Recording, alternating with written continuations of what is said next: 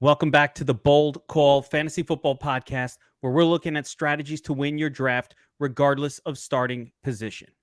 Got the best coaches in the game, we really ain't playing. We regroup up in the Slack chat where the coaches debrief. We be piecing these puzzles, occupy the chunk of the pie. Ain't no lie when we hit the block, helmets, casket is top. All right, what's up, everyone? Kevin Allen here, a.k.a. The Geek, and I've got the Encyclopedia Footballica himself, a man you could find. He is everywhere when you're looking for fantasy football information. Alan Seslowsky, what's up, my man? Yeah, this is like the most important, I think one of the most important podcasts we're going to do this year. And it's because people are drafting now. Like they are in the heart of draft season. And what we're going to do is take them through a live mock draft and actually walk them through how we would pick, how the choices we would make, the roster build. So I'm excited to do this because this is it. This is no more like off-season stuff. People are drafting today. It's absolutely go time, right? And one of the biggest problems that people ask me, that people come up with is, all right, I'm drafting 4th overall. I'm drafting 1st. I'm drafting 8th. What should I do? Who should I take? Should I take a running back? Should I take a quarterback? Should I take a running back, wide receiver? Should I take Travis Kelce there? So what we're going to do today is we're going to go through it from various starting positions. So we're going to do a draft starting first. We're going to do one if you get the 4th or 5th spot. We're going to do one 7th or 8th, and then we're going to do one at the end of the draft, 11th or 12th. And we're going to mock them so we can run through it quick, and we're going to run through 5 or 6 rounds of each draft. So you can got to get a sense of how it's going to go. If you forego running back early, how does your team start to shape up? If you take a luxury pick like a quarter, that won't happen here. We don't take luxury quarterback picks. But if you take a luxury pick like a tight end, in the first 2 rounds, how does your draft look? If you wait on running back, that might happen in one of these. How does your draft look? So we're going to take you through it and show you the ideal strategies for every starting position to prep you for real for your 12-team PPR standard format draft. This is a single QB format today. We already did a Superflex show. If you're drafting Superflex, which Alan and I love, by the way, and prefer, Who doesn't? go check out that video, the Superflex video.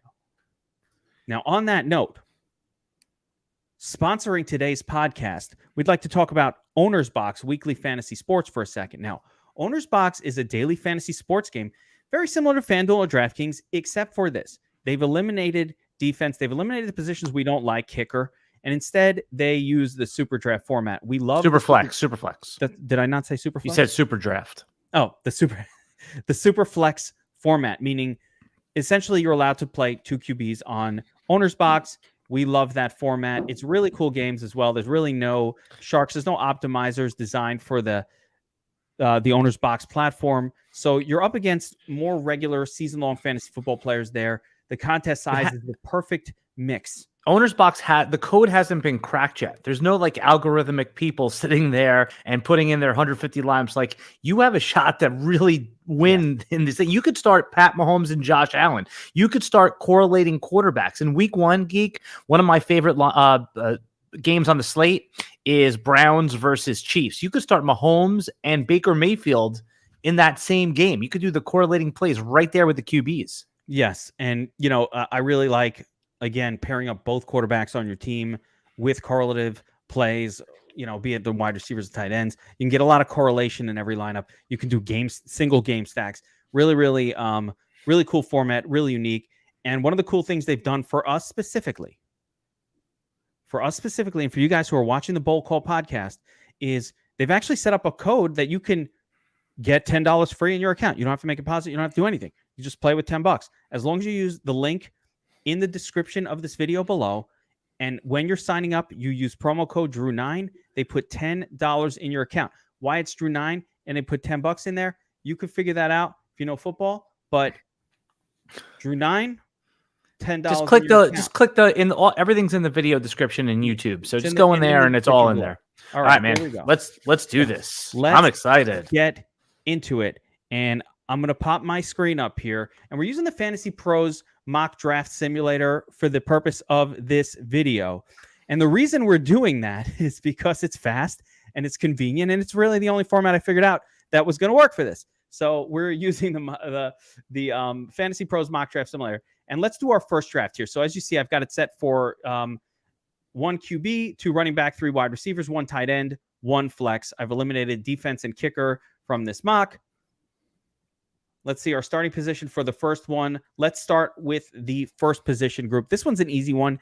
And guys, just for the purpose of this, there's borderline no difference in your draft technique. For example, if you're picking first, second, or even third, I think the top 3 players are pretty well standard. And well, wait. Who's? I mean, we know who the top 2 are, McCaffrey, and we know Cook. Who's your number 3? I'm confused. Now that Jameis has all but sealed the deal, we're going with Kamara. Yes, we were worried about Kamara a little bit. Maybe Taysom Hill gets that role. Now that it's going to be Winston. And by the way, Winston looked damn good, man. He looked like he looked like all the good parts of Jameis Winston, and he looks like he studied under Drew Brees and Sean Payton. Jameis Winston, it looks like he still has that 35 touchdown upside, but obviously, I think he could throw under 15, under 12 picks, which again is still a lot, but it's a starting quarterback. Yeah, I mean, he'll have a good season, I think, but again, I'm not loading up at Jameis Winston as QB12 or any sort of QB1 at all still because mainly because Taysom Hill is still there and he will be taking touchdowns away from him. So let's get back to the screen. Okay.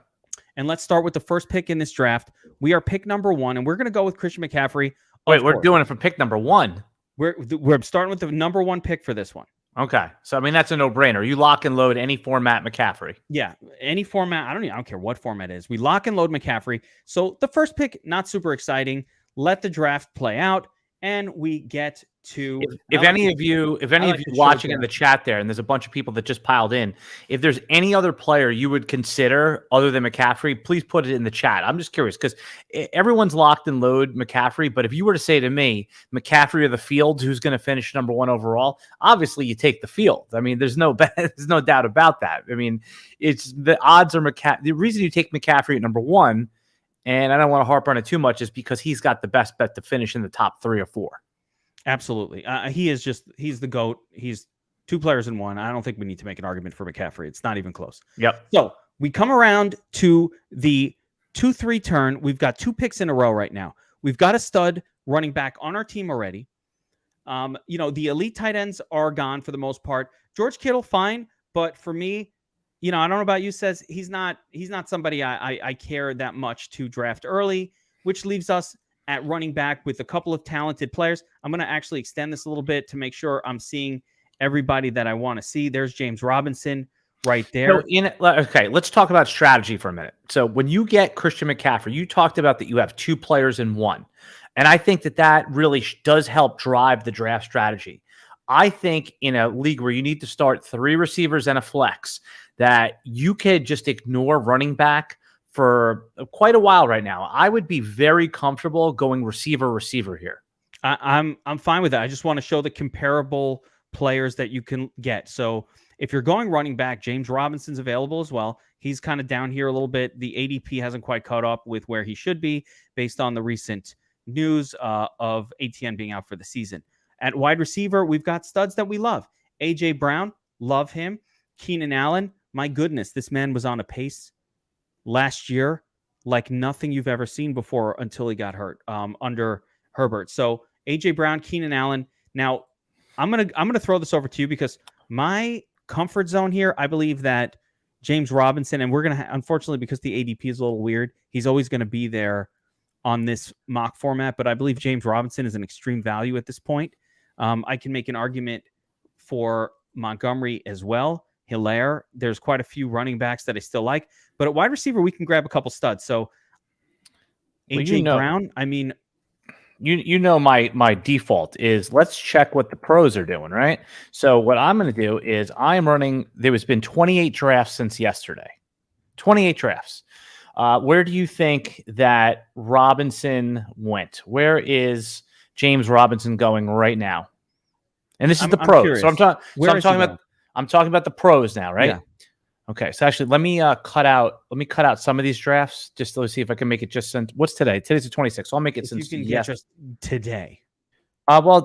16 drafts. That's a good sample. That's since yesterday. That's well after the news broke. All right. Let me see here. James Robinson is going 36th overall. That's the end of the third round. What a steal, guys. Just draft this dude. He's going right in the neighborhood. Montgomery goes ahead of him, and Carson's been going ahead of him. And then immediately after him is DeAndre Swift is fallen below him at this point. Okay, there's a good decision point. DeAndre Swift or James Robinson? Obviously, I know the answer for you. It's Robinson all day. Yeah, but how about Montgomery? That's someone who you like a little better. Would you take him or James Robinson? I'm taking Robinson ahead of Montgomery, but that is a good point of delineation. Like right here, as I'm looking here and I'm kind of trying to make a decision. And it's interesting, Hilaire is still available as well. I really like Hilaire. Maybe a little bit. I still think, I can make an argument for Montgomery, Robertson, and Hilaire. It doesn't matter which one it is. So I really like all three. I'm a little worried about Clyde Edwards-Helaire. Undersized, didn't catch passes last year in the third round. It was like a no-brainer pick to me, but I don't really want to spend my second-round pick on him. I know we're on the turn here. Well, part of the deal is if we're expecting these other guys to still maybe be there another round from now, we might be able to roll the dice. So with that being said, I think if I have this draft, I'm taking a wide receiver and a running back here. I'm going a little more level on the 2-3 turn. So I'm taking AJ Brown here. Argument positive for Keenan Allen if you want to go that way. That's great. You're going to get a little more volume out of Keenan Allen than AJ Brown. AJ Brown, a little more upside, a little less, maybe similar injury risk, actually. I think Allen Robinson would be a fine pick, as would CeeDee Lamb, but I went with AJ Brown. And now we've got a running back pick. Let's go. Says, I'll let you throw some opinion in here. For me, I think I'll go Montgomery here or Robinson. Or okay, not CEH. I'm fine with CEH too, but you have a I mean, I think CEH is the one that's guaranteed the biggest role on. And when you take biggest role plus best team, when you add all of that up, I think it adds up to CEH right here. All right, let's go with CEH. I'm more concerned with process here than I am with necessarily the player. I like CEH. I like Montgomery there. I would have been happy with Robinson as well. So let's bring it back around. Now we are at the 4-5 turn. And isn't this interesting? Darrell Henderson's still hanging around. So we have a chance to pick up a really, really nice, in my opinion, number 3 running back. That's how I'm leaning. I'm letting you know straight off the bat. Says, now you might have a strong opinion about the signing of Sony Michelle. I'm going to tell you my opinion of the signing of Sony Michelle is, yeah, so what? Malcolm Brown. So what? Yeah, he's going to be the bruiser. He's probably going to get some goal line touches, but Darrell Henderson will get the 60%. He should still get the bulk of the carries. What do you say, Says? Yeah, I mean, if you're a Darrell Henderson drafter and you've already drafted and you're like, damn, this is why he didn't go in the third round. This is why he was going in the 4th and 5th round, because the market was smart enough to know that he was likely to get a backfield mate. I mean, somebody's coming to participate, and Sony Michelle is exactly the type of player that you want there. You don't want someone that's just going to come in, and Melvin Gordon would probably take over the backfield. But Sony Michelle, he's good when healthy. He has a little bit of durability problem. So already, he's not going to be an 18-touch player. He's going to be more of a 12-touch player. So that leaves he hasn't been an elite pass catcher in the NFL, that's for sure. But Darrell Henderson was never going to be a 25 carry player, 25 touch player. He was going to probably top out around 16. And Sony Michelle is the perfect complement to him. So I think that this only confirms what we believe. That's why you're not seeing Darrell Henderson's ADP move that far in either direction. There we go. I'm down with it. So we grabbed. So again, this is our starting from the first position draft. We'll do a few more, guys. So I see some questions in the chat about 8th place in different starting spots. We're going to go through a bunch of these.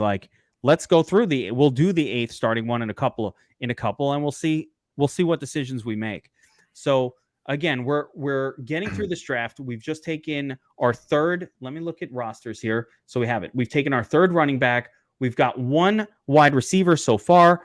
And so in my opinion, at this point, I could take a look at tight end, see who's hanging around. Still some good ones hanging around. Not where I don't want to sacrifice that just yet. I like a lot of these names. Let's look a little bit further down. Says, I don't know if you have a preference here.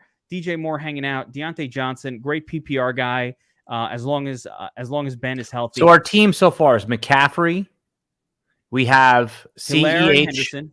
and Henderson, 3, and we have our anchor wide receiver, AJ Brown. So we can go a lot of different directions. I think this is a really fertile wide receiver area of the draft. It does drop off a little bit here, and we are in the beginning of a tier, which again is always painful. Like, which one do you choose? But you know what's going to happen when it comes back, right? I'm not opposed to reaching up. Is Cooper Kupp off the board? He is gone. He's gone. I don't think so. Usually he lasts a little longer, but okay. So you had said it right. I think DJ Moore is being a little undervalued. I like Sam Darnold this year. Teddy Bridgewater was able to support multiple wide receivers, but the problem with taking DJ Moore here is that you and I both like Robbie Anderson quite a few rounds later. And if we get DJ, when the ADP, when you don't want both wide receivers on Carolina, so it's better to probably wait a round or two on the next spin. Get Robbie Anderson and leave DJ Moore alone. So I know you this is a good spot for Deontay for me. I don't see. I would agree with that. Any negative to that. The only negative to Deontay being Claypool's probably available a round or two from now. But let's go with Deontay Johnson here. Yeah, the other ones is Ayuk and T Higgins. I think both of those guys are very viable at this spot. That they're all here for good reason. All good plays. We'll go with Deontay Johnson in this one. But note that had we taken a second wide receiver rather than Hilaire, we probably could have gotten away with a mediocre combo of like Mike Davis and Mike Davis and Henderson here. So had we gone the other route with the Hilaire pick, you could have had a second stud wide receiver in here and had Mike Davis. And I'm not drafting Mike Davis this year. Do you want it? The reason is I try not to draft those players that he is likely to get the workload, but he's guaranteed nothing. He's earned nothing. He's just the guy that's there. There's no one else there. I mean, Quadre Olison is not, right. I mean, he hasn't been anything yet, but it's Mike Davis is not someone that is going to shove the other guy out of the way. He hasn't done enough to feel safe there. And then, listen, that's why he's going in the 5th round. If we knew he was going to be the every down back, he'd go in the 2nd or 3rd. But we've draft players like that all the time where, they're the guy that's there for now, but by week 4, they're pushed out of the way or marginalized. I think that's too good of a wide receiver area, and there's too many. And you can always go quarterback there if you like one of the dual threat quarterbacks. I just wouldn't. I'm not drafting Mike Davis this year, and if I'm wrong about it, I understand why. No, that's fine. I don't have him in any drafts yet. I haven't gotten him. He needs to fall to a certain level, or I'd have to go kind of like a 0 RB situation. So, with our last 2 picks in this mock, and we'll just stop it here as we filled out our starters. We don't have to go crazy. We need another wide receiver and a tight end. So who are the quarterbacks that are left at this point? Because I differ with you a little bit that I like to get a QB in the 5th, 6th round, a dual threat guy. Not for me. Russ, fine. Rodgers, fine. Herbert, interesting. Tannehill, I just don't see why I would stretch. We'll have good quarterbacks. We have time for the quarterback, I think. Jalen Hurts, everybody's still here. This would be a reach for me. This is if Kyler Murray was there, and I'll agree with you here, Says. If Kyler Murray was here, if a dual threat was here, I'd be into it. These are all kind of similar guys. So I don't think we should go that way.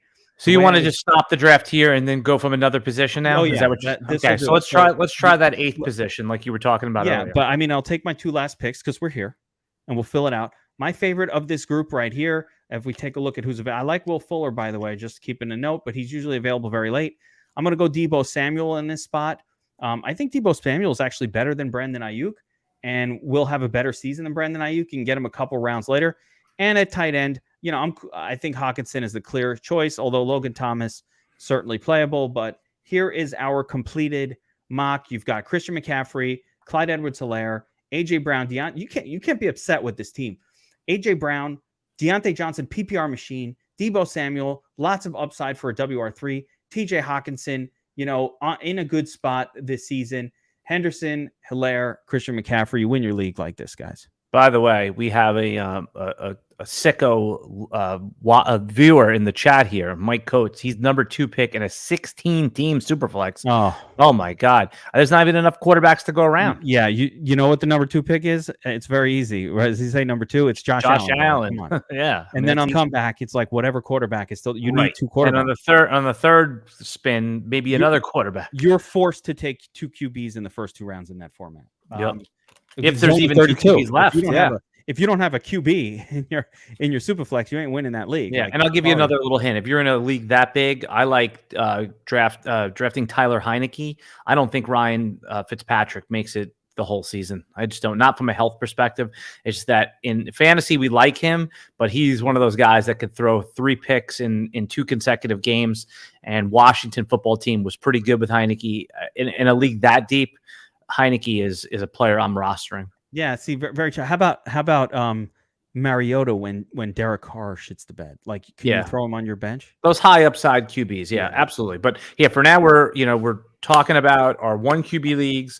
We're talking about how to win those leagues, and we're mocking right now from the 8th position. Or you want to go 8? I was going to go 4 then 8. I was going to kind of go in this. Let's go 8 because we had someone that brought it up, and I'm curious too because this is going to be a totally different draft. We'll do an 8th, then we'll jump to 4th, then we'll try to get a 12th in. So, if we can. So let's start with the 8th position. Same settings, guys. Fresh draft. Okay, so here we go. We are picking 8. McCaffrey off the board. Cook off the board. Let's look at the show draft just to see. McCaffrey first. Cook. Kamara. Do you know how to show the draft board, dude? You see on the top? You see it says draft board? Click that. Oh. Pro tip. Yeah, and then on the bottom right, there's a little X out that little thing on the bottom right. Bottom right. Now we got a cleaner look here. Now hide my share. Oh, all right. Very cool. So here we are. And then you'll just click back over on suggestions to pick a player. Yeah. All right. Cool. Oh, this is great. So, all right. So we see who went first. And Devontae Adams appropriately right there. Here we go. Zeke off the board. Henry, Kamara. There we go. So now we're making our decision. And you can just go into the list. You don't need to go back to suggestions. You could just click on where that list is on the left. Isn't there one that says like cheat sheet or something? No. Oh, no, I don't have a cheat sheet. Click that. Click that. Yeah, there's your cheat. Fucking A, man. And then you could just hide the drafted. There's a button to hide drafted. Yeah, but this is their cheat sheet. Fuck their cheat sheet. But nonetheless. Okay. All right, so we have some choices here. All right, so go back to the draft board. Or suggestions, whatever you want to do. Yeah, this is fine too. Actually, I kind of like it looking like this. This was cool. I wonder, can I click this guy and draft him? Oh, yeah. All right. I like this. I like this view. All right, good stuff. So we have some choices here. Austin Eckler, Aaron Jones. Aaron Jones we have ranked higher than – I think Aaron Jones' value here says, I don't know about you. I could go for Travis Kelce as well, but the tight end early is a very luxurious pick that sometimes comes back to bite you in the ass. So, I mean, I can go Jones here. Eckler, I'm a little bit worried about this high, mainly because he's an injury guy. He's a little small for the position, and he does not get even 50% of the touches for his team, or at least he didn't get last year. I have some concerns about taking him in the first round. I can also make an argument. Who do you think is the goal line back in the LA Chargers? Like, who do you think is going to get the goal line touchdowns? It might not be Eckler. Well, I'm saying if it's not Eckler, who do you think it might be? It could be Kelly or Justin Jefferson. You mean Justin Jackson? Jackson, whatever his name is. Yeah, I mean, he's kind of an undersized guy too. I mean, you know what? Somebody was talking about this. I thought this was pretty interesting. It could be Herbert. He could have that Josh Allen 11 touchdown season this year with a couple goal line sneaks, 9 touchdowns. He's pretty big, man. He's got a long reach. He could give you those Brady sneaks. He's a sneaky good athlete. He was really fast at the combine. He can get you the Brady sneaks for sure. Isn't it interesting we didn't think of him that way? I can make an argument here, and I kind of like Antonio Gibson in this spot. Talk me out of it, dude, because it's Jones or Gibson for me, and I know Gibson's all the way down here on the list. But well, only because I think you can get him in the second round in most of your home leagues. That's why I would say Jones. But obviously, if we were in a high stakes league, like a super sharp league, I would have no problem with Gibson. But we're going to be able to get him in the next spin. Probably. And let me throw this at you. Eighth pick, there is definitely some thought. Like if I just want to say, if Devontae Adams was on the board, I'm taking him here. Hey, put if you're listening on the chat and you're watching on your phone or you're watching on your laptop, put in the chat right now who you would take at this spot. Would you take Aaron Jones or Antonio Gibson from the 8th spot in the first round? I want to know what sound off in the chat. And again, I want to iterate that Davante Adams would be my pick in this spot if he was available. And I can make an argument for Hill or Stephon Diggs as well, studs that are going to get you 25 fantasy points every single week. So I'm down with that, right? I am good like that. But for the purpose of this one, I'm going to go Aaron Jones. It's a little bit of a value for Jones. Says, I don't know. Do you want to disagree or anything? I think it's Aaron Jones here. Comfortable spot. Lots. Yeah, I mean, in the DFS Army draft kit, I have Jones at 4 overall, 5 overall. There is the value play, full PPR. Again, AJ Dillon there going to take some of those touchdowns away at the goal line, but Aaron Jones is still a stud. So we've got Aaron Jones. We're going to hope up Gibson gone. All right, that's fine. But you want to revert it? Or you can revert it if you want. And that's then you unfortunate. No, do you want to revert? This is just like any real draft. Right. We're live. You make decisions and you live with your decisions. You got to live with those decisions. Absolutely. All I right, agree with that. So here we are in round 2. Let's go back over to the suggestions page here real quick. So at running back, again, not the greatest of groups. Najee Harris is my favorite from the remaining. Again, I like Montgomery. I like Robinson, who are coming up a little bit later. But I think we can wait on these guys. At wide receiver, Calvin Ridley's a fucking stud. DK Metcalf, listen, we can make an argument for DK Metcalf being a top 2 or 3 scoring wide receiver this season. Yeah. I think number 1 is a stretch, but he could be top 3. You saw the video I put out today. I did see your video with Chris List today. I mean, he made some good points though. He did make some good points. I can't go that far. He's not going to be the number 1. So, I mean, the volume isn't there. Russ needs to be cooking fucking right, but he just the air yards are there and he throws down. Yeah, no. If they go into the Russ cooking situation, the volume he just hasn't been there. I guess if Russ just cooks like all season, sure, but he's never done it before. Calvin Ridley's the obvious choice here, guys. I don't even think we really need to dwell on this pick. Like, it's an easy choice for me. I'm grabbing Calvin Ridley with this spot. Boom. Now, note that a lot of the really good running backs, there's Josh Allen. He just went off the board as well. A lot of the really good running backs are off the board, but we have some of our go-to guys still hanging around for round 3. Now, our current roster, Jones, Calvin Ridley, we've got a stud at running back, a stud at wide receiver.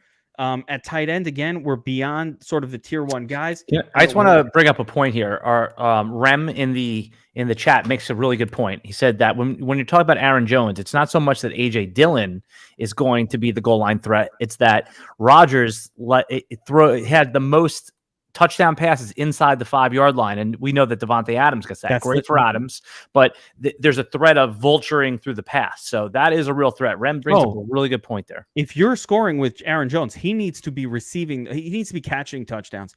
If he's getting you there, he needs to be catching touchdowns. Yeah, I'm just saying that there's a real threat there. So that's a really good point. Some concerns there, but more so the play that the Packers run at the goal line to Davante Adams, the out, or that little slant that Davante Adams will run right off of the right out of the slot, or of course Robert Tonyan, who's been a touchdown machine. But they score a lot of touchdowns at the Packers, so there's plenty of goodness to go around most weeks. That's why I'm less concerned. Plenty of goodness to go around. All right, so we're in round 3, and I think that we can go either way here. We can grab a running back, we can grab a wide receiver. Part of my concern here is the running back position group will thin out potentially in a gross way between now and the next round. So for me, I'm making a choice between Robinson and David Montgomery here. Says I'm going with Robinson. That's my guy, and I like him better than Montgomery a little bit. But if you want to go Montgomery with your 3rd pick, fine by me. I love them both. And if one or the other was hanging around next round, I'll double tap it and go right back for it. But for now, let's fill out the running back position. Make sure we have quality guys who have shown durability. So who do we have so far on our team? Right now, we've got Aaron Jones, James Robinson, Calvin Ridley as our top 3 players. So we've got running back on lockdown. We've got our stud wide receiver in place. Again, you're on the clock, right? Tight end, again, Mark Andrews, good tight end, but a luxury hanging around.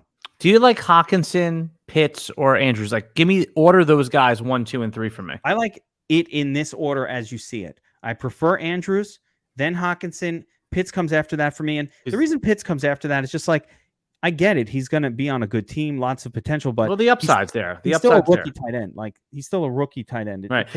That's one of the biggest reveals that I can't wait to see in week 1. Like, imagine, just explain to me what Twitter is going to be like if Pitts catches if he gets 6 catches for 70 yards and 2 touchdowns, like in week 1. I mean, can you imagine what is going to happen in this planet? The next coming of Tony Gonzalez, but you know what? He's still a rookie tight end. All right. Now, Swaggy P says Montgomery over Robinson, and I am not going to argue with you, bro. I will not argue with that. I'm very comfortable with Montgomery over Robinson. I'm comfortable with however you want to go because both guys are going to be workhorses. I think Montgomery has a little bit of, when Fields is QB, might run for some tutties risk.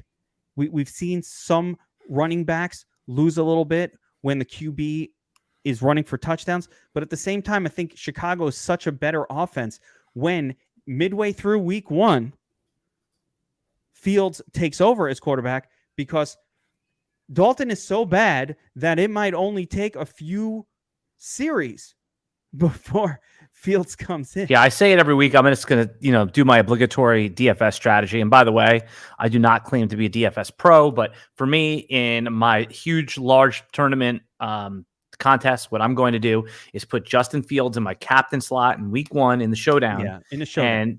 And Justin Fields is not going to be starting, but like you and I said, there is probably a 20% chance that he plays by halftime and gives you a full game's worth of stats. So it's a sneaky play. You'd probably be like 1 or 3% owned. Perfectly in full agreement. So, all right, we're in round 4. And what I like about this is we have a little bit of space. And one of my favorite players this season to draft, Cooper Kupp, is sitting there. Yeah, I like Kupp a lot. Silver platter waiting for us. Cooper Kupp or Robert Woods, because the market likes Robert Woods a little bit better. I do not. I think Cooper Kupp, he had some negative touchdown luck last year. Matthew Stafford loves firing over the middle of the field. Cooper Kupp is a red zone maven. I mean, he makes his living in the red zone. He's a big-bodied wide receiver that knows how to get open. And if you remember, I know that, just remember his peak. Golden Tate on the Detroit Lions was a touchdown scorer from Matthew Stafford. So I liken those 2 players together. I think Matthew Stafford's going to have a blast throwing to Cooper Kupp, who has very sure-handed. And Robert Woods, I mean, he's a good player. It's just I don't understand why the market is aggressively put Robert Woods ahead of Cooper Kupp. Let me throw this back at you. Blondes or brunettes, like I love them all. That's what it is. They're both awesome. They're both going to be great this year. Stafford to Kupp, sure. Actually, they are blonde and brunette. So there you go. You want your blonde, you take Cooper Kupp. You want your brunette? Has anybody ever called Robert Woods a brunette? Can you imagine using that terminology? Well, because remember, Robert Woods also, a part of his value comes from those rushing touchdowns. He gets like 2 of those a year. I think that those may be going away. I mean, they just drafted Tutu Atwell, who could do some of those sweeps. I know he's undersized, but he is going to be a jet sweep specialist. The flip side, the quarterback play is massively better. You leveled up your quarterback position from a bottom 10 game manager to a top 12 real NFL wins the game with his arm quarterback in Matthew Stafford. Worlds apart. Yep. All right, let's keep moving with this draft. Okay, so we are now Aaron Jones, James Robinson, Calvin Ridley. We're looking good, man. I like this team. Jones, Robinson, quality running backs. I want to get some Robbie Anderson on my team too. Don't forget about him. I'm down, but I'm taking Claypool ahead of Robbie Anderson. Let's just see. Well, hold on. I'll tell you why that's not a good idea. Okay. Okay. And if there's no question that from a DFS perspective, when you're talking about which one of those players, it's always Claypool. That's how you win large field tournaments. That's how he is the nuclear option. But when we're having those start-sit decisions every week, and those are impossible, Robbie Anderson is set up to be a consistent producer that still has that Will Fuller type of upside. We always use him as like that litmus test. It used to be Deshaun Jackson back in the day, right? Who's got that Deshaun Jackson upside? The 3 catches for 98 yards and 2 touchdowns. Robbie Anderson has a weekly floor. He was just signed a new contract, right? So he's on the team. He's going to be a focal point. Last year, he was the focal point of the passing attack. and he has game-winning, week-tilting upside. He's being completely undervalued. And again, we've seen Chase Claypool get 4 touchdown games. I just think that he's going to be more of those up and down players, and he could end up sinking your week sometimes. It's really interesting because I would counter argue that Sam Darnold sucks. I mean, you might think he sucks because you have Jets bias. I do. The jury's kind of out, and we've seen enough with him. And especially, we've seen him with Robbie Anderson. I mean, his best football was played when Robbie Anderson had 10 touchdowns. I agree, but I have Jets bias. I have seen ghosts memories. But you're giving out fantasy football advice right now. No, I don't. I use my listen. There is a cognitive bias. We all watch the games, and I don't believe in Sam Darnold as a player. I think he's maybe very bad. Like, it could be hopeful that he's not, but it might be that he's very bad. By the way, Swaggy P in the comments got all the Bobby Trees. He likes Bobby Trees ahead of yeah, I saw. I put it up on the screen before. Love it. Yeah, so I'm enjoying the nicknames. But I'm gonna go. See, for me, I'm going Claypool over Anderson. I like Ben Roethlisberger as a quarterback better. I think he will throw for more touchdowns this season. But it's an easy. Actually, as a matter of fact, in this spot, I could also make a really strong argument for Darrell Henderson. So, do we go with our third running back here? So really, before you go to that, Rem in the comments put up another good one. They said that if Gaskin's available he's a steal in the 5th. Now, just to give you the history of our Gaskin take, Geek and I identified Gaskin in February, March as a draft value. He was going in the 6th, 7th, I think even the 8th round at times. Loved him there. It was a no-brainer. We always knew Gaskin was in trouble of them drafting someone. Rumors had it that Miami was about to draft Javonte Williams. Denver got wind of it, jumped up ahead of them in the real NFL draft. But they were smart. They didn't just force the running back. Gaskin, there's been no bigger Gaskin truther than this podcast. We are all in on Gaskin, so we agree. I'm just a little more worried about him right now than we have because Miami has indicated that they are going to make this a committee. For some reason, man. Dreaded. Right. We don't care about committees at 2. It's committees at 3 that were worrisome. And Malcolm Brown is going to be a goal line back. Now, Gaskin didn't make his money on the goal line anyway. It was more of a pass catching runner. He was excellent. And if you want to draft Gaskin in the 5th round, I have no problem with it. I just think that there's more risk than is being priced in. It would probably need to fall another round or 2 for me to do it at this point. And again, it's totally a 180 from where we were. So I understand the upside. He was a good player. It's just that lack of draft capital. The team owes him nothing, and you could see him marginalized quickly. So just be aware of that as you're drafting Gaskin. And again, there are other ways to go. There are great running backs that continue to pop up as you go through the draft late that I personally love. Like, I don't mind Trey Sermon at all. I don't mind, as we get to this a little bit further down, Chase Edmonds is a perfectly acceptable player. Love having Javonte Williams, especially if Gordon gets hurt. Not a big Damian Harris guy, but, he's got that role pretty much locked up in New England as well. So, if we were to wait and not draft a running back here, we're essentially going to have to be forced to grab a Chase Edmonds or Trey Sermon type, or even Michael Carter type a little bit later. By the way, where are you at on Michael Carter right now? I mean, Michael Carter is a flex, but like he's not a guy. No, I'm not drafting him. I'm not drafting him. He's one of those guys that's going to be dropped by week 2, I think. Yeah, he's a guy that maybe late in the season could pick up. Yeah, Ty John, the sharp pivot right now. It's we've been talking about it, but so have a lot of other podcasts. I don't want to take credit. Trey for Sermon is the guy.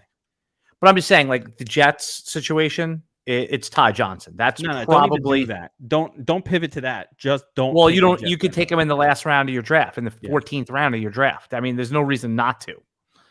That's fine, but that's what I'm saying. Like just the late pick. Now, I took Darrell Henderson, and the reason I took Darrell Henderson is because I don't like to go into a season of fantasy football with definite problems and without any running back depth. I like more depth at running back. So Darrell Henderson. By the way, there was just a good blurb that came out. I don't know if you have your Sleeper app notifications on, but Sean McVay said, and it was a quote, Darrell Henderson will have a very large role this season. I mean, we knew that. It doesn't change anything. I wish he didn't say it. Let the people think Sony Michelle is going to be the guy. I like Darrell Henderson, so we took him I have Darrell Henderson in every fucking league. I was drafting him already like I've been just drafting this dude since the beginning. Like I have a lot of exposure to him. I had a lot of exposure to him even before the injury to Cam Akers, just because I liked him as a backup. Because I watched him smash when given the opportunity last year. So he's a guy I've been all in on for so long. No one's talking me off of it, especially not Sony Michelle, who sucks. So we've now got 3 running backs that are all starting caliber just fine. We've got 2 stud wide receivers, Calvin Ridley, Cooper Kupp. Again, this is starting from the 8th spot. Now we're going to finish up our either. We can take a look at tight end. Again, Logan Thomas hanging around. Bobby Tunyon still around later. I don't really differentiate too much between those guys. Can get Tunyon in the next round. So we are going to go wide receiver, I think, here. How do you feel about Jerry Jeudy with Teddy Bridgewater under the helm? Yeah, he's moving up. He's in the NFFC. He went in the early 5th round, the last 4 or 5 drafts. He's moving up. I think there's a little risk with him that, quote, we haven't seen him do it before risk. But beyond that, I saw enough last year, eyeball test. He was getting open. He was getting frustrated that Drew Lock couldn't get him the ball where he needed it. Teddy Bridgewater, known for his accuracy, really was able to get the ball in the right spots to DJ Moore and to Robbie Anderson. It's kind of an obvious pick. The value might be being squeezed out a little bit. It's a little projection, as you like to talk about, but stick with your original evaluation of Jerry Jeudy, which was he's a star and he can be what Antonio Brown was as far as with yards after the catch. He's still a very fine pick in the 5th round, and I think a QB with much better touch now will benefit him. So we're starting to fill out our team here. Says this is from the 8th spot. We've got Jones, Robinson, Calvin Ridley, Cooper Kupp, Jerry Jeudy. We're gonna need to back that up on our bench with some spots just in case Jeudy doesn't work out. Love that some names like Will Fuller, Antonio Brown, some guys I really like late. Corey Davis might still be hanging around here somewhere. So there are guys hanging around late that I still like. Marvin Jones Jr., Michael, I don't like Michael Pittman, but some guys still hanging around at wide receiver that I like. But we need to finish out our tight end position here. Let's take a look real quick at quarterback and see if there's any. Yeah, I mean, I'm going back to my go-to. You can take Aaron Rodgers here if you like. I've been going, my go-to is Jalen Hurts in this spot. I'm doing it, man, unless you have an argument against it. No, how can I argue against Jalen Hurts? I mean, no matter what you think of the player, he's getting the shot for, he's going to smash for fantasy. I saw such a bad take on Twitter. I think it was today or yesterday. The bad take, guys, I'm glad that you're here. The bad takes on Twitter are so frequent. They make me sick. It makes me happy to know the edges there. And one of those bad takes is, well, people are drafting Hurts over Tannehill. Like, they don't even like him in Philly. They could bench it. Who are they benching him for? Joe Flacco? This man is going to play every fucking game this season. And then here's also the piggyback to that is that let's say they think Joe Flacco gives them a better chance to win. Let's say they're 3-7. Joe Flacco doesn't give anybody a better chance at anything. No, I'm trying to bring Flacco and you've already lost your season. Sucks. Yeah, I was just going to say that I think that even if you think Joe Flacco gives you a better chance to win, which you and I obviously don't agree with, but at this point, if you think the season is totally tanked, you're not trying to win football games. You're trying to lose it. He's going to get a full 17-game tryout. They have Nick Mullins on the roster, but he's been horrible too, and I liked him as a prospect, so that's disappointing. By the way, if you're worried about Jalen Hurts, what we would do in the last rounds is grab Trey Lance or Justin Fields. That's the cheat code for 2021. You're going to you make sure that you get Trey Lance on your bench or Justin Fields, because you'll be able to get them very late with one of your last bench spots. And when they take over as a starter, you will regret not having them. So your cheat code for watching this is grab Fields or Lance and make them a bench player for your team. You can grab them in the 12th round. You can grab them very late in single QB leagues. Now, I'm showing you on screen right now, and can you see this? Yeah. Why it was cool to wait on tight end. If you needed to understand why it was fine, okay, we filled out our entire team. This is why where Kelsey in the first round, beautiful luxury pick, but you'll note that there are good tight ends late, and I'm going to name them, right? Bobby Tunyon, Tyler Higbee, Noah Fant, Dallas Goedert, all still here. Do you have a preference over which one of those guys you like? I like Tunyon. Yeah, me too. You too? Oh, I fucking love it. So I like Tunyon here, but am I crying if I got Tyler Higbee or No. Fant? Fant is a little banged up. I'm staying away from Fant. If he's got to fall to like tight end 14 right now, which is never going to happen. Let someone else draft Noah Fant right now. But he's fine. Like, I'm not crying if I got Fant. If I got people Goddard, like him, he's like pushed up to like tight end 6. I don't even understand that. That I don't get. But look how much is available. I got all kinds of studs all over the place. As a matter of fact, even here, let's take a look at what's available at running back. So all of our positions are pretty well filled out, including quarterback. By the way, I told you we're already at 45 minutes, and we've only done this for 2 positions. Yeah, it's crazy. We'll come back and do this again. I told you it takes a while because we really want to break it down. So if you're watching this live stream, if you're listening in the podcast, what we're trying to do is move around different parts of the draft to help you execute your draft plan. It's important that you have a plan that is flexible when you go into the draft. You can't say, hey, I'm going to take running back, or I'm going to take wide receiver, or can I get this question all the time in the Discord, and it's a good question.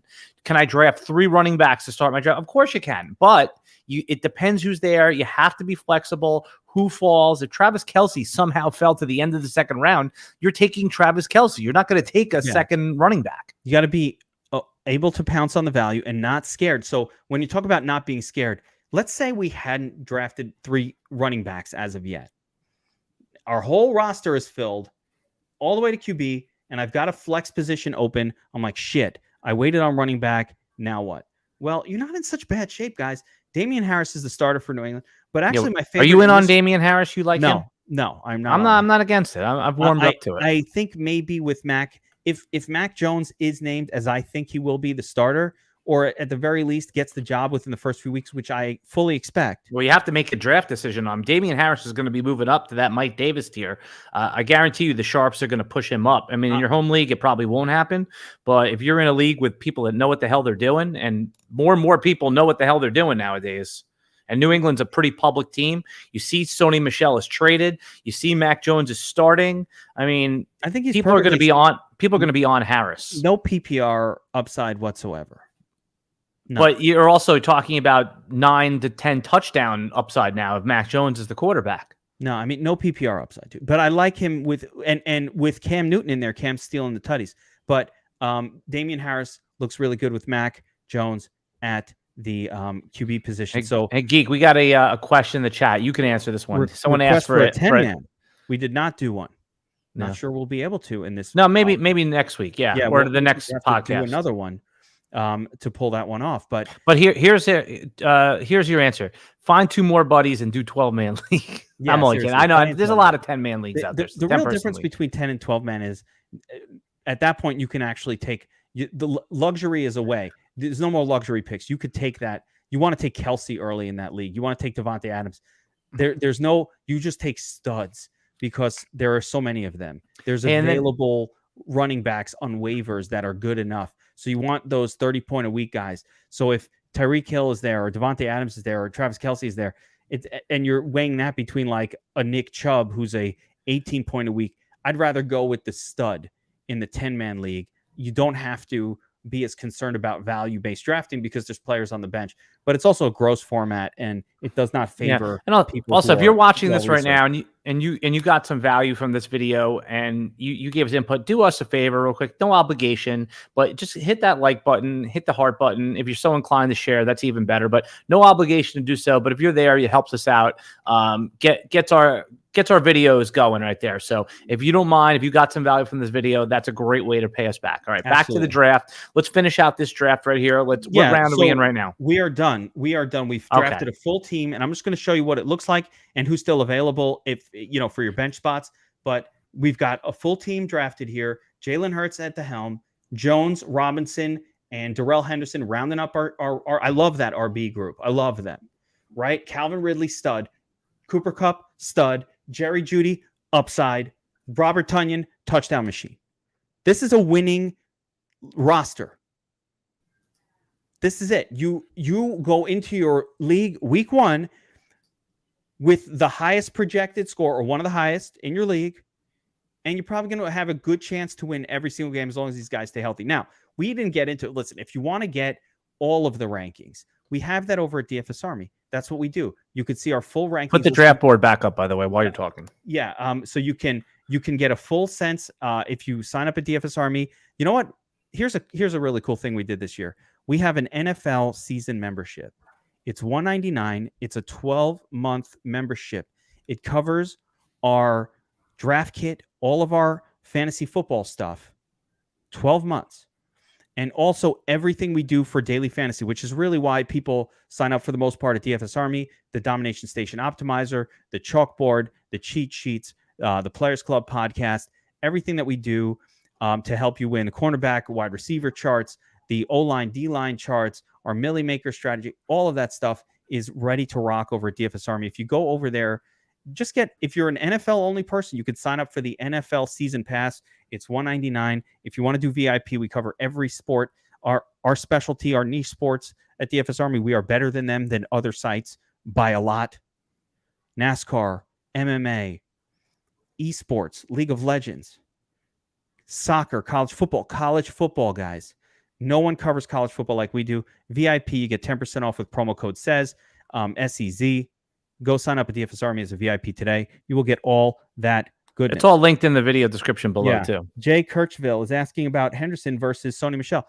We talked about this a lot. Yes, Sony Michelle, not a guy who's going to take away from the premium running plays from Darrell Henderson. Darrell Henderson looked like the real deal. But you know what? If you draft him, back him up with Sony Michelle. Don't take Sony Michelle as some standalone good play. He will not start. It's going to be Darrell Henderson. Sony Michelle is there because they're like, shit, Darrell Henderson can't handle all the carries, and no one knows who Xavier Jones is, including the Rams coaching staff. They don't know who Jimmy Funk is, okay?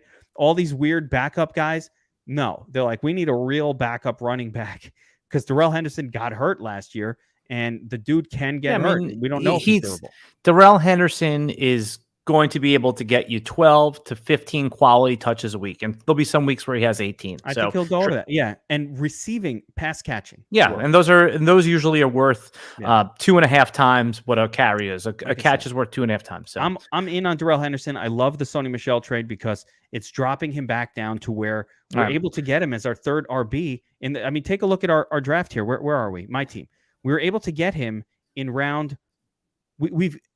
In round 5. We have 2 wide receivers taken before Darrell Henderson. So 2 studs, Darrell Henderson, my opinion, stud, Jerry Jeudy. This is how a beautiful draft should look, guys. Yeah. Do we want to try one more spot from the 12 spot? We'll do that on the next video. Okay. So we're already running long a little bit. We got to give a shout out to our sponsor, Owner's Box, and tell them how they can sign up and all that kind of stuff. There we go. So yes, all right. So we'll wrap it up here, guys. We'll come back and do another one with some of the other spots that we missed. Again, shout out to Owner's Box, guys. If you want to check out weekly season-long fantasy Superflex format, it's like again DraftKings or FanDuel style, but with Superflex. Yeah, Owner's Box is really good. It's it's a well-constructed game. I highly recommend if you're watching this video, there's a link in our video description. You click there, you get right to Owner's Box. It's daily fantasy, but with Superflex, like 2 QBs. In week 1, you could get Patrick Mahomes and Baker Mayfield. They're playing each other. That's going to be a shootout game. The Browns are not going to be able just to run the football. They're going to need to throw the football to Odell Beckham, to Donovan Peoples-Jones, to Jarvis Landry. They're going to be throwing to their tight ends. Baker Mayfield is a sharp DFS play in my judgment. You pushing this Baker Mayfield stuff. But in week 1, specifically in week 1, and in Owner's Box, you can have him and Patrick Mahomes shooting out. I think that's a smash over for those who are sports betting. That's absolutely good. So Owner's Box, go into the video link description below, click there, use code Drew9, get your free money. Okay. Other than that, I think the key to that one, by the way, is you don't have to make a deposit. They're literally giving you $10 to play with. So play for free. What do you care? Right. Drew9. But you have to. It only works if you use the link in the description. They set it up for the bold call for our viewers to try it out for 10. Because I said, guys, it's a new site.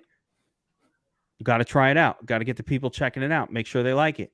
They hooked it up. $10 in your account free when you use that code. It's easy to do, and it's a no-brainer. If you have a late draft, if you're not drafting until September, we're going to be back with at least one podcast next week, probably two. So stay tuned, and we're going to do more mock drafts like this. Okay. All That's right. We have 14 days from today until kickoff. 14 days. It's 2 weeks. So we got all of next week. Next week is draft season Extreme, and of course Labor Day weekend. So we're going to try to get you as much of this info out as possible. And by the way, League Artist made a good point about our he said that FanDuel has some Superflex, but there's not going to be sharp players on owner's box. So that's a great point from our comments. No one plays the Superflex on FanDuel. In fairness, the contest. And again, even if you are like, there's not going to be an edge. Yeah. There's going to be an edge to be had at owner's box. It's not going to be the experienced players that are there yet. So go get there and go get the money. All right, man, let's wrap today. Let's keep this thing under an hour. That'll do it for the Bold Call podcast, guys. Remember, if you can and you want to do us a little favor, drop a comment below if you saw a different strategy for one of these spots that we missed. Do you like Robinson? Do you like Montgomery better? Drop a comment, and please like the video if you liked it. Subscribe to the channel if you want to see more of this style of content. We will be going strong all DFS season long. DFS Army puts out constant video content breaking down everything for daily fantasy sports. When you subscribe to the channel, you get notified when that stuff comes up. So you want to subscribe to the channel, like the video, hook us up. We'll be back next time with more Bold Calls. Good luck, everyone.